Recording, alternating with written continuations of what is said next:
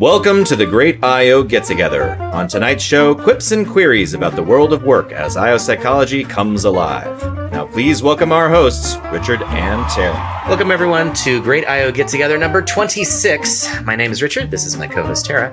Welcome to season 4, where we're going to be exploring our recent textbook, Research Methods for I.O. Psychology. So today we're going to be talking a bit about what that book is and why you might read it or be reading it and have been assigned to listen to us talking right now. Welcome to our show. So, why don't you start talking a little bit about what is the book? Who's the audience? Who is this book for? I think this book is for anybody who does research or thinks about research and wants to be a little bit more thoughtful about how they approach it. So the book talks about research from the perspective of all the human decisions that go into doing a research study and making those judgment calls and how to be confident about the decisions that you're making, and how to communicate that to other people. So I think everybody needs to reflect on that once in a while. What do you think? Yeah, it was really important for me when we were writing, and we talked about it a lot of times about trying to make it as accessible as possible.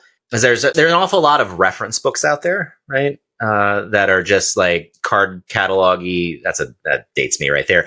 Just lists, of like, here's a bunch of sources, and here are the facts that those sources convey, and here is the quote unquote best practice that emerges from that. My experience of research, and I think yours too, is that there's a lot more. Everyone's favorite word, nuance to it, in terms of how we navigate. There's a whole section in a chapter about that. There's a lot of personal judgment, subjective judgment that is based on expertise that when you're especially doing your first research project, you don't have a lot to call on. And so we wanted to explore that sort of human element. Yeah. And that's making it not only the content written at that level, but written in a way that you don't need to have a strong background in social science or in statistics or any of that in order to get what you need out of it. Part of it too is that I was getting concerned about how we have an increasing number of master's students in I.O., which is great, but a lot of those programs don't emphasize the research methods component as strongly as they could, and having a centralized resource so that anybody, regardless of their entry point and their experience, could gain those skills. I mean, I think it's part of what makes I.O. psychology so valuable in workplaces too, is that we're the ones that take that scientific, systematic view of problems, and you need research methods to really do that effectively, validly.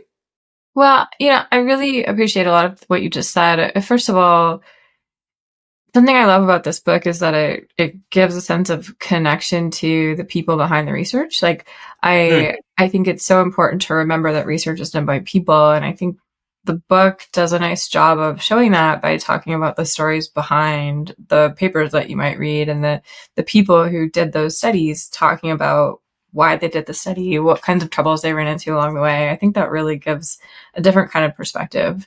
And by the way, as far as the word nuance, my students like to make fun of me a lot for my hatred of that word. But the reason I don't like it is because people say it because they hear other people say it. It's an automatic behavior. And one thing we want people to do is just be thoughtful about the decisions they make and the words they choose, and not choose a word because it sounds academic or because you saw other people doing it, but because it's the word you want to use. And I think that applies to all kinds of research decisions. Like, don't just do a statistical test because that's what someone else did. Do it because it's the right one that helps you answer your question. It's a good insight from your extant experience. How dare you?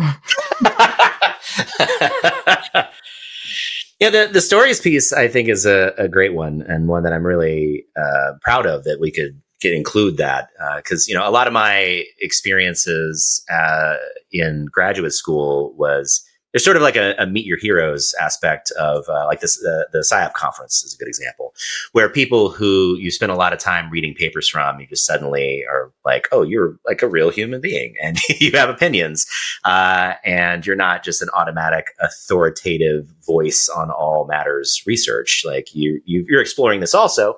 And I remember thinking, like realizing that, and also seeing how much further along that journey they were than I was, that the complexity, the way they approach problems was a lot more complete than the way that I was approaching problems. And just having that exposure in one way, it made it seem more like achievable. Like, oh, you're on a journey too, just like me.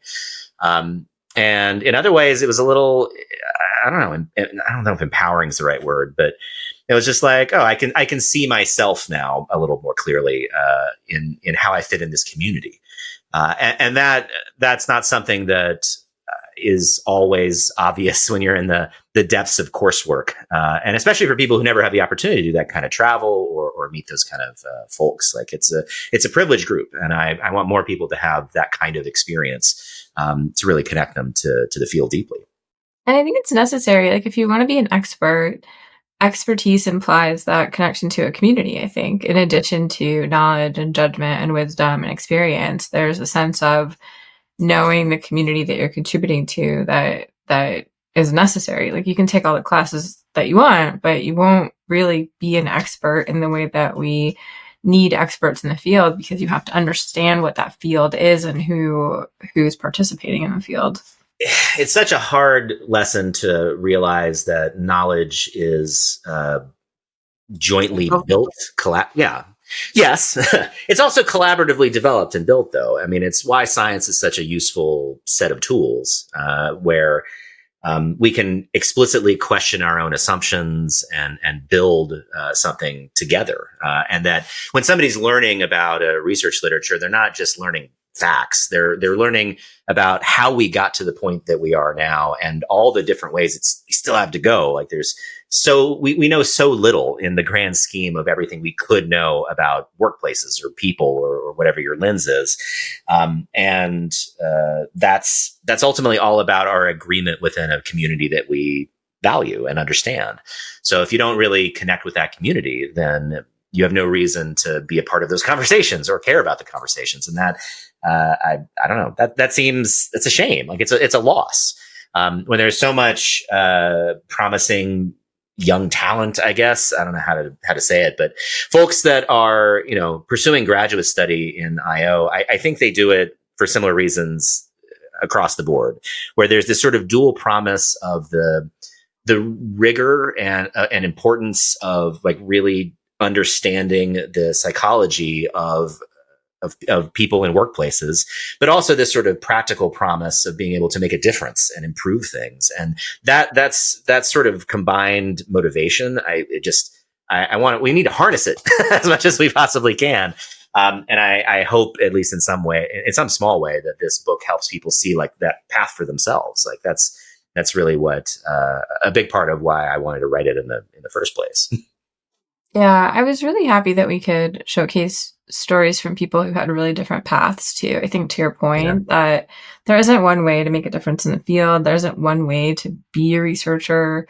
Being a researcher doesn't mean at all that you work in a university, although it could mean that. It could mean that you're using your research brain to answer questions for an organization or for a county if you work in the public sector, or that you're critically evaluating what you read. I think that kind of brain is what we need, but it lives in all kinds of settings. And I think the book does a nice job of showing how that's possible and using examples, using stories from people who have chosen different paths.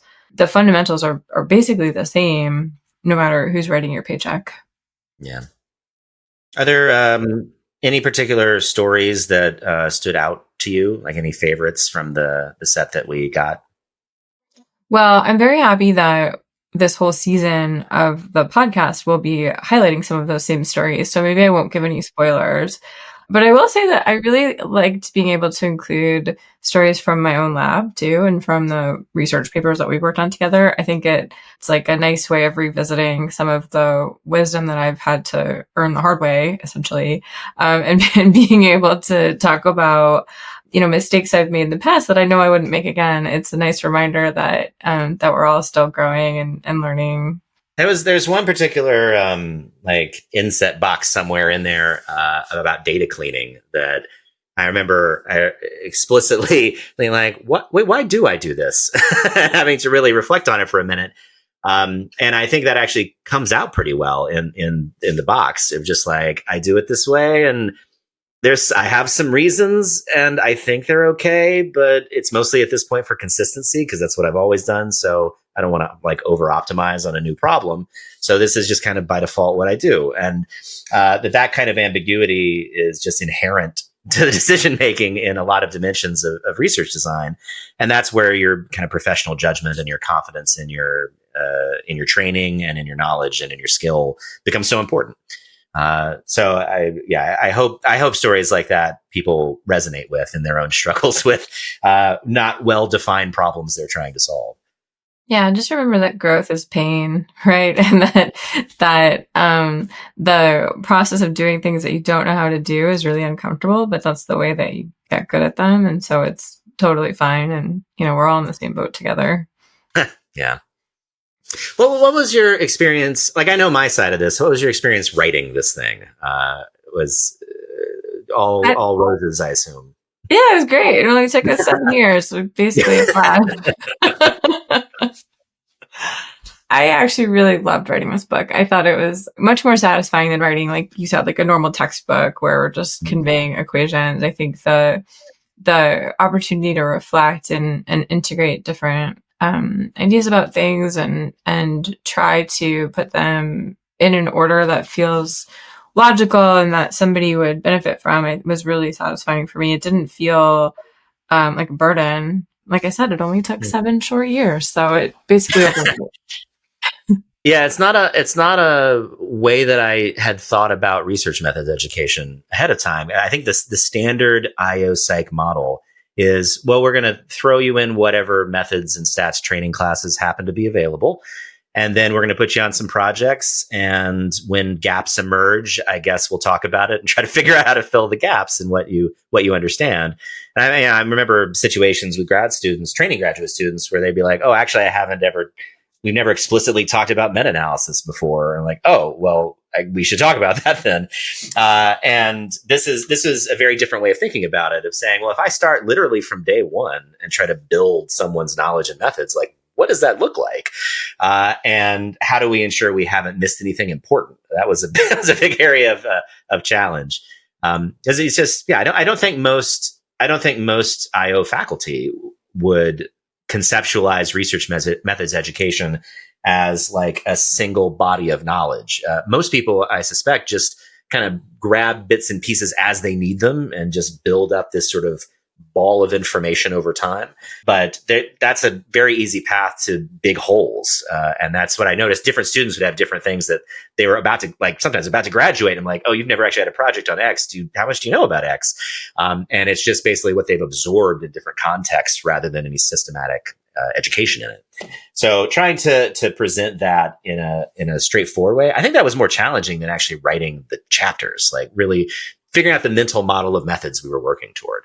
Trying to make decisions about what couldn't go in because we can't fit everything in one book also is, I think we had to omit some topics that we would have loved to include. But the truth is that once you have a methods brain, right, then you're approaching these things and these new ideas or these new techniques with the same toolbox, the same mental model, but you have to build that mental model. And when you learn it in a piecemeal fashion, that model doesn't get built. Like, you don't know why you would choose one design over another. You just know that these are the designs. And then if there's one that's missing, you wouldn't necessarily reflect on that. So at the expense, I think, of including some topics that would have been fun to include, we focused on things that will be the building blocks. Yeah. What did we leave out that you would have liked to have covered? Oh, well, I mean, there were some kinds of designs that we didn't really talk about. We didn't, go into, say, for example, like the peculiarities of daily diary designs. And I think that's okay. Again, there's always going to be innovation in designs or things that become sort of trendy and like en vogue. And so expecting a book to be an encyclopedia of options, like a cookbook, I think is not smart. The fact that this book is not a cookbook or an encyclopedia is a good thing. And I think that what we've done is cover fewer things, but cover them from a much more philosophical perspective. Like, I'm really happy that we included at the front half of the book the philosophy of science and also building a research identity and like really thinking about ethics. I think that is so much more important than knowing how to do a t-test. Like knowing how to do a t-test will take you half an afternoon to learn, but building a sense of your professional ethics is something that's much more important than that. And so I'm glad that we were able to fit those ideas in. And I think it also makes it more applicable to people on both a practitioner and more academic, like career track, as the number of people in practice that need like experience sampling methods is not very high. But the number of people that need to think about, well, why are we doing this project? What are the values that are driving this? How are the pressures that are coming from different parts of the organization or from my own career or from whatever? Those are universal concerns. And, I would not want the first time that a person got pushed into a corner where they had to like make a personal value judgment on a thing to be like on the job after they graduated. That seems risky. Yeah. So what do we have in plan for this season of the podcast? I think anybody who's been watching for a while noticed we're in a little bit different format right now. And that's because we wanted to continue making the sort of stories and the personal struggles and the personal adventures through learning about methods to be a little more tangible. So we're going to be interviewing a variety of people, some of which are in the book and some of which aren't, about the general kind of content in each chapter. So not instructional videos, but rather the goal is to say, when we talk about research identity, like let's talk to somebody who has, dealt with those kind of issues, has some good insights to share, and just have a conversation to kind of illustrate how this stuff really plays out in the real world, so to speak. That is in the book, but it's nice to hear it from a person's mouth, like really sharing it and understanding the sort of context of the experience that they had. Yeah, well, I'm glad we don't have to do any more game shows because I ran out of game shows to parody. So it's good that we're making a shift. Yeah, I think that's going to disappoint some fraction of folks. I think we're going to hear about it. Yeah, but maybe season 5 coming up. We can get back to some crazy stuff. I don't know. Maybe there will be new game shows by then that I can riff on. fully brand new game shows. Yes. Yeah, I'm sure there will be some kind of AI nonsense to react to, so you can look forward to that. Perfect. I think this is a pretty good intro of what we're going to be doing. I hope folks will stick around. We'll be releasing chapter episodes about every 2 weeks with a little bit of break over the holiday. But yeah, I encourage folks, if you like the conversation we've had today and you're still watching at this point, you'll probably like all the episodes that will come after this. And I hope to see you there. That's it for another gig. To stay in touch, subscribe on YouTube, check out our website at thegig.online, join our LinkedIn group, sign up for our email notification list, and join our Discord. Thanks for joining us, and see you next time for another great I.O. get-together.